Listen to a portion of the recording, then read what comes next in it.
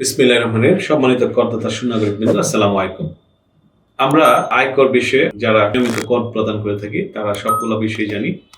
একটি বিষয় নিয়ে ছোট্ট করে কথা বলি যে আইটি 10B এবং আইটি 10BB এই পুরাতন ফর্মে, ম্যানুয়াল ফর্মে ছিল, নতুন ফর্মেও আছে।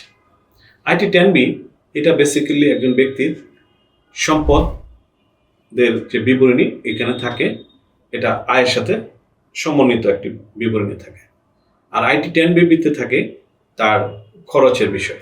আমরা অনেক সময় অনেক বেশি খরচ করে থাকি, কিন্তু আমরা যেহেতু কর অনেক সময় বিভিন্ন কারণে অনেকে কম দিয়ে থাকি, সেই জন্য আয় কম দেখায়, কিন্তু বাস্তবে আমরা অনেক বেশি হয়তো খরচ করে থাকি। তাদের এখন কমপ্লায়েন্টে আসার সময় চলে আসছে। আয়কর বিভাগ ইতিমধ্যে বিভিন্নভাবে ডাটা কালেক্ট করছে, বিশেষ করে ব্যাংকে ইউজ করছে।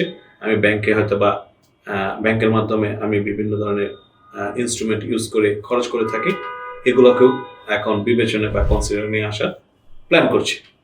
সেক্ষেত্রে আমরা যারা করদাতা আছি আমাদের অবশ্যই এই রকম বিষয়ে কমপ্লায়েন্ট হওয়ার জন্য প্রস্তুতি নিতে হবে।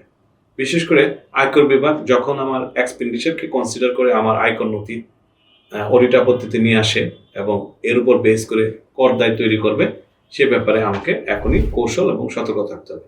ল ম্যাটার সবসময় আপনাদের পাশে আছে। যে কোনো উপদেশের প্রয়োজনে আপনারা যোগাযোগ করতে পারেন এবং আপনার যিনি উপদেষ্টা তার সঙ্গে পরামর্শ নিয়েই আপনি আপনার কাজ করবেন। ধন্যবাদ সবাইকে, ভালো থাকবেন।